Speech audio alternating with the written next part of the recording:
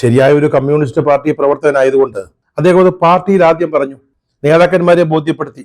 അന്ന് പാർട്ടിയുടെ സംസ്ഥാന സെക്രട്ടറി ആയിരുന്ന കോടിയേരി ബാലകൃഷ്ണൻ അടക്കം, ഇപ്പോഴത്തെ മുഖ്യമന്ത്രി പിണറായി വിജയൻ, ഇപ്പോഴത്തെ സെക്രട്ടറി MV ഗോവിന്ദൻ മാർക്സ്, ഇവരടക്കമുള്ള നേതാക്കളെ ഇത് പറഞ്ഞ് ബോധ്യപ്പെടുത്തി, പരാതി നൽകി. പക്ഷെ ഒരു കമ്മീഷനെ വെച്ചിട്ട് ഈ കേസ് തേച്ചുമാച്ചു കളയുകയാണ് നേതൃത്വം ചെയ്തത്. ആരോപണ വിധേയനായവനെ പാർട്ടി തലോടുന്നു, അതുപോലെ തന്നെ ആരോപണം ഉന്നയിച്ച ആളിനെ, പരാതി പറഞ്ഞ ആളിനെ അടിച്ചു പുറത്താക്കുന്നു. അതാണ് ഇപ്പോൾ CPM-ല് നടന്നുകൊണ്ടിരിക്കുന്നത്. ഈ മൻസൂറിന്റെ വീട്ടിലേക്ക് യൂത്ത് കോൺഗ്രസ് പ്രവർത്തകർ ഒരു മാർച്ച് നടത്തി.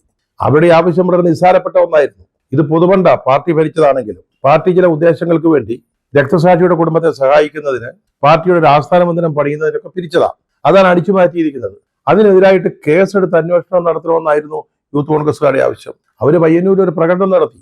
ഈ രാജ്യത്ത് പ്രകടനം നടത്താനൊക്കെ ഇവിടെ എല്ലാവർക്കും സ്വാതന്ത്ര്യമുള്ളതാണ്. CPM-നും കോൺഗ്രസിനും BJP-ക്കും ഒക്കെ ആ സ്വാതന്ത്ര്യമുണ്ട്.